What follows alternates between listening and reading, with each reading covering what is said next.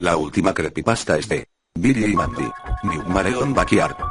The Grim Adventures of Billy y Mandy ha sido una popular serie animada de Cartoon Network, transmitida desde 2001. Por su éxito, ha continuado hasta nuestros días, sufriendo cambios de directores, como cualquier otro programa. En 2006, John Kricfalusi, creador de Ren y Stimpy, tras declararse fan del programa, mandó una carta a Maxwell Atoms, creador del show, para proponerle dirigir un episodio.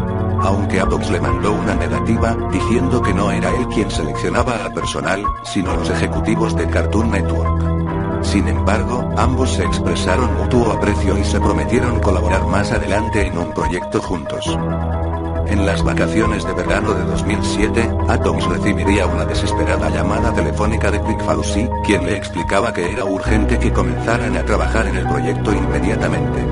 A Atoms le pareció raro, sin embargo Kricfalusi siempre había sido un ídolo de su infancia, así que se enfrascó en una llamada de entre 3 y 4 horas de duración, en que el creador de Stimpy le propuso un detallado plan. Kricfalusi consideraba Billy y Mandy un buen programa no solo por su humor escatológico, sino por contener elementos sobrenaturales y referencias ocultistas, así como a la cultura pop. A finales de los 90s, Kricfalusi, un extraño personaje que parece continuamente enojado, pero que responde a las cartas de sus fans a mano y con correos de 5 o 6 páginas, ya había colaborado con Cartoon Network, dirigiendo 4 episodios especiales de El Oso Yogi.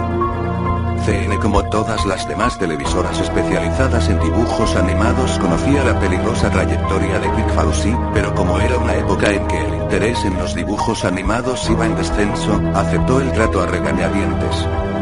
Los episodios dirigidos por Kricfalusi fueron considerados demasiado perturbadores para los niños. Estaban impregnados de un ambiente que muy difícilmente podía considerarse cómico, las acciones y personalidades de cada personaje parecían erráticas y psicópatas, y contenía temas y contenidos solo adecuados para adultos, homicidios, suicidios y temas sexuales, además de una animación pobre y con escenas grotescas parecidas a cada de una pesadilla. CN, sin embargo, transmitió los 4 episodios una única ocasión, y con mínima publicidad, en un horario para adultos 1 AM. Luego de eso no se supo mucho sobre John K. So, que tuvo una serie animada de superhéroes llamada The Ripping Friends, que debutó en MTV y fue cancelada muy pronto por ser en extremo perturbadora, y a últimas fechas, se lanzó una nueva serie de Ren y Stimpy, exclusivamente para adultos, que iba aún más allá del humor violento y grotesco de la serie original, por lo que recibió fuertes críticas. Atoms desde luego conocía todo esto, y no se sabe si fue el miedo o el respeto lo que lo inspiró a continuar con el plan de Kricfalusi. 2 semanas después de la llamada, Atoms recibió un paquete sellado con la firma de Kricfalusi. Dentro se encontraba un guión y storyboard planeados por el propio Kricfalusi, para un nuevo episodio de Billy y Mandy, supuestamente de una nueva serie, llamada simplemente Billy y Mandy Nightmare on Backyard. Atoms se sintió interesado de inmediato en el guión, y él mismo ha descrito que estaba escrito brillantemente y con gran maestría, y contaba con un humor estupendo. Sin embargo, luego de pasar las primeras 20 páginas, y conforme el tono de la obra se oscurecía, rápidamente cambió de opinión. La historia era demasiado deprimente, incluyendo escenas, hábil y detalladamente descritas, que en opinión de Atoms parecían sacadas del infierno. Asustado, dejó de leer el guión, y en cuanto colocó el paquete fuera de su recámara, el teléfono sonó. Nuevamente era una llamada de Kricfalusi, quien le explicaba que el plan debía continuar y preguntó si había acabado de leer el guión. Helado por la repentina llamada, Atoms mintió diciendo que sí, y Kricfalusi le concertó una cita para dentro de 3 meses, donde le mostraría algo que tenía preparado para comenzar la producción del episodio. El plan de Kricfalusi era el siguiente: producir las animaciones ilegalmente, y a escondidas de los ejecutivos del CN. Para esto, había ambientado una oficina en su compañía, Spunk, y designado a un jefe de producción, que serviría como director del episodio. Atoms visitó las oficinas en el tiempo acordado, y le pareció todo el escenario bastante normal, aunque a su decir, los dibujantes lucían indiferentes o normales pese al extraño episodio que tenían encomendados producir. Kricfalusi, en toda ocasión, no le quitó la mano de encima a Atoms, preguntándole, de forma siniestra y seductora, si le gustaba lo que veía. Nuevamente lleno de miedo, Atoms asintió a todo, temeroso de faltarle al respeto a su colega caricaturesca. Según Atoms, su supervisión del episodio duró interminables 30 minutos en que revisó uno a unos sketches extendidos, que contenían escenas que parecían sacadas de una película snuff. Escuchó con sus propios oídos el importante soundtrack que Big Falus mismo había preparado, y en una cabina negra revisó en las computadoras los primeros props de animación coloreada, que parecían horrorosamente vivos e insanamente macabros. El propio Atoms hasta la fecha se pregunta cómo Big Falusi asignó un presupuesto colosal a una animación que nunca iba a salir al público.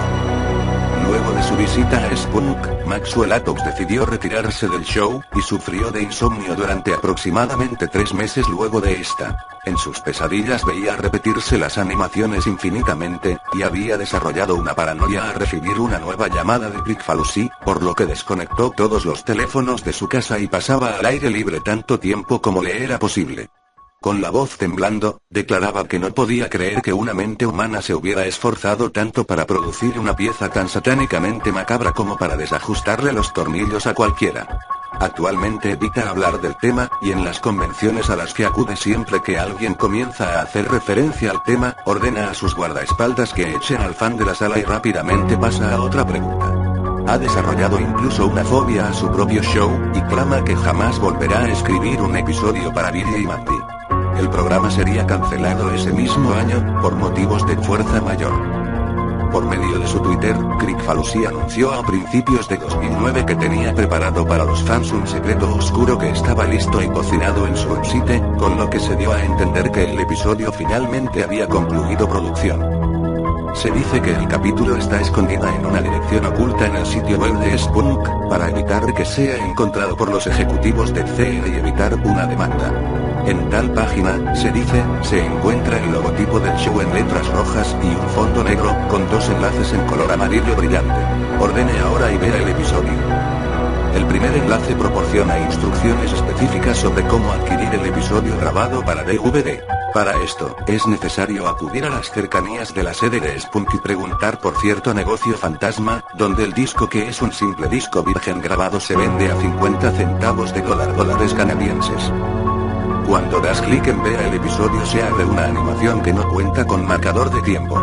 Al principio, es muy similar a un episodio cualquiera de Billy y Mandy, y cuenta con una opening tag, con el nombre del episodio y Buried Billy, y a Billy, Mandy y Puro Hueso caminando sobre una calle, en una escena que parodia la portada de Disco Abbey Road de los Beatles. La calidad de dibujo es muy buena, y prácticamente idéntica a la del show de CN, pero por alguna razón, la animación corre más lenta de lo normal, lo que proporciona al televidente una extraña sensación.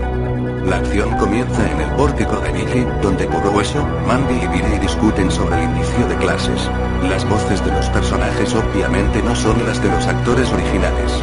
En vez de eso, al parecer se encuentran doblados por John Big Falusi y una mujer no identificada. Los diálogos en efecto, son graciosos, pero las expresiones de los personajes y el tono en que dicen las cosas transmiten exactamente lo contrario. Los acentos son demenciales y los personajes hablan como enloquecidos, lo que aunado al ritmo lento en que transcurre la acción, asusta bastante desde los primeros segundos. Luego de eso, 4 figuras cabezonas que parecen caricaturas de los Beatles aparecen cruzando la barda del patio. Estos personajes hablan animadamente, saludando a los televidentes, y caminan de forma similar al que Epon Trucking mientras una alegre tonada que recuerda a Yellow Submarine suena de fondo. Los personajes entran al porche y besan la mano de Puro Hueso, como mostrándole admiración. Billy y Mandy preguntan algo. A partir de ese momento, nuestro informante tenía tan crispados los nervios que decidió apagar el sonido y en ese instante, el bearle parecido a Paul M.C. Arney se arranca la piel y queda desollado vivo, en una toma quieta similar a las de Ren y Stimpy, pero grotesca y detalladamente animada. El personaje chisporrotea sangre y los ojos, saltones y desorbitados, parecen copiar Puss, mientras al fondo parpadea una pantalla roja insoportable, durante retorciéndose más de 2 minutos. Ahora Puro Hueso tiene una sonrisa totalmente diabólica. Él y los demás Beatles rodean a Billy y Mandy, quienes lucen preocupados. Un círculo de fuego surge alrededor, y Puro Hueso toma a Billy de forma violenta. Billy parece llorar de terror, y entonces Puro Hueso lo desnuda con su hoz y comienza a sodomizarlo con el arma, de una forma totalmente realista, mientras maldice de forma exagerada. mezclando de forma extraña el humor negro con escenas simplemente diabólicas. La escena dura mucho más de lo soportable, con varios acercamientos violentos en varias tomas. Mandy parece dispuesta a pelear, pero los Beatles dicen algo, y el escenario comienza a girar y a convertirse en el mismísimo infierno. Escenas desquiciadas de cadáveres dibujadas de forma bastante rápida, demonios y escenas de tortura se alternan en la escena. Los Beatles restantes se transforman en bestias mutantes de formas terroríficas. Por eso parte a Mandy por la mitad con su guadaña, desnuda el cadáver y la sodomiza una y otra vez, ahora con un rostro de oscuro placer, en medio de escenas parpadeantes, para terminar eyaculando borbotones de sangre de Mandy, mientras el cadáver de esta explota arrojando sus vísceras por todas partes. La persona que asegura, vio el vídeo, no puede contar mucho más después de eso, pues asegura que se encontraba demasiado alarmado, y no recuerda qué hizo para distraerse, o si simplemente cerró los ojos, pero asegura que hay cosas que no quiere recordar del vídeo. Pero parece que luego de eso comienza una especie de escena de aventura, con Billy y Mandy vivos de nuevo aunque todavía desmembrados y seriamente lesionados enfrentando a alguna cosa en el infierno, incluyendo escenas de distintos demonios muy originalmente diseñados efectuando varias acciones maniáticamente animadas. La escena corta al negro durante unos 5 segundos, y gradualmente se comienza a encender la luz. El ángulo es de una cámara estilo intro de James Bond con manchas digitales cubiertas de sangre, que empieza a enfocar a Puro Hueso y los Beatles restantes, en expresiones quietas y muy escalofriantes, posando de una forma similar a la portada del single Yesterday and Today, pero adornados con los restos de los cadáveres de Billy, Mandy y Paul, y con un paisaje infernal de fondo. Las expresiones en esta escena son tremendamente perturbadoras, con Puro Hueso y los Beatles imitando las sonrisas aparecidas en el álbum original, pero exageradas al límite de lo grotesco e inquietante. La escena permanece así durante 1 minuto, y vuelve a cortar. La escena final comienza haciendo un picado sobre el centro de una ciudad. 2 personajes indeterminados pero que por sus rasgos, parecen ser caricaturas de 2 personas reales tomando una malteada en un café. Los últimos 3 o 4 minutos del vídeo son tremendamente diferentes al resto del episodio, tratándose de una serie normal, sin ninguna clase de elemento horroroso. La escena es bastante lenta, pero corre a velocidad normal, y consiste simplemente en los 2 personajes hablando y hablando, con reacciones variadas, tranquilidad, argumento, preguntas sanamente cómicas. El televidente volvió a subir el volumen, pero no alcanzó a escuchar gran cosa. Al parecer los personajes discuten sobre caricaturas y hablan citando varias frases de canciones de los Beatles. La frase final termina con uno de los personajes diciendo, "Buen reaper comes totoum". Entonces la imagen se cierra con un círculo negro, típico de las caricaturas viejas, y aparece la palabra fin, junto a una caricatura súper deforme del Paul despellejado todavía muy perturbadora vestido de ángel, sollozando y murmurando algunas cosas. El programa termina, y aparecen algunos créditos dirigido por John Kricfalusi y Maxwell Atoms, entre otras cosas, finalizando como si de cualquier show se tratara. Finalmente aparece una pantalla roja de advertencia que dice televidente el cartoon que acaba de ver ha sido producido contraviniendo las leyes de derechos de autor, su transmisión o posesión está venada por las leyes de Canadá y Estados Unidos, y luego un pantallazo de aproximadamente 2 segundos de duración, con el logo de Spunky y un lema que dice "Hey, to spread the word". En cuanto el vídeo termina, el navegador de internet se cierra automáticamente, y cuando vuelves a abrir las pestañas no se reabren. Si revisas historial e intentas abrir la página, te marca error. Se dice que esta página la cambian de lugar cada vez que alguien accede a ella. La página del vídeo aparece con un marcador de visitante, que para el momento era de 2 y que contiene varios malware capaces de arruinar la seguridad de tu computadora.